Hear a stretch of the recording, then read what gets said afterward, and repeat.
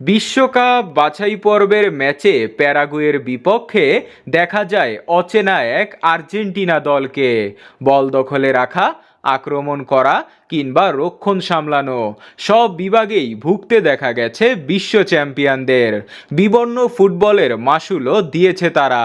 Lautaro মার্টিনেজের গোলে শুরুতে এগিয়ে যাওয়ার পরও 2-1 গোলে হারের তেতো স্বাদ নিয়ে মাঠ ছাড়তে হয়েছে আর্জেন্টিনাকে। প্যারাগুয়ের হয়ে গোল দুটি করেন আন্তোনিও সানব্রিয়া ও ওমর আলদেরেতে। মাঠের লড়াই শুরুর আগেই ম্যাচটিকে ঘিরে আরেক যুদ্ধ শুরু করে দেয় প্যারাগুয়ে। স্থানীয় দর্শকদের কাউকে আর্জেন্টিনার জার্সি গায়ে গ্যালারিতে ঢুকতে দেওয়া হবে না বলে আগের দিন সতর্ক করে দেয় প্যারাগুয়ে ফুটবল অ্যাসোসিয়েশন, যার প্রতিফলনও দেখা যায় স্টেডিয়ামে। গ্যালারি জুড়েই শুধু ছিল প্যারাগুয়ের লাল সাদা টাইপের জার্সি।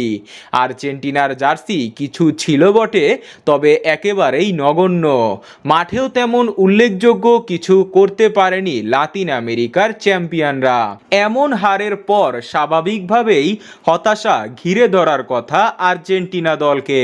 তবে খেলোয়াড়দের দিকে আঙুল তোলেননি স্কালোনি। সংবাদ সম্মেলনে তিনি বলেন, সব সময়ের মতো সর্বোচ্চ চেষ্টাই করেছে তার দল।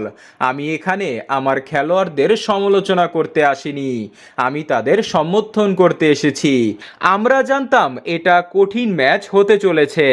সামনে এগিয়ে যেতে এবং দলের নতুন অনেক খেলোয়াড়কে আত্মবিশ্বাস যোগাতে হবে। দলের সবাই সবসময় চেষ্টা করে ম্যাচে নিজেদের সেরাটা দিতে। খেলোয়াড়রা একটুও ছাড় দেয় না। কিভাবে আরও ভালো করতে পারি সেটা নিয়ে পরে বিশ্লেষণ করব। আর্জেন্টিনার পরের ম্যাচ পেরুর বিপক্ষে, বাংলাদেশ সময় আগামী বুধবার সকালে। এই লড়াইয়ের জন্য নিজেদের প্রস্তুত করার দিকেই এখন মনোযোগ দিতে চান আর্জেন্টাইন কোচ লিওনেল স্কালোনি।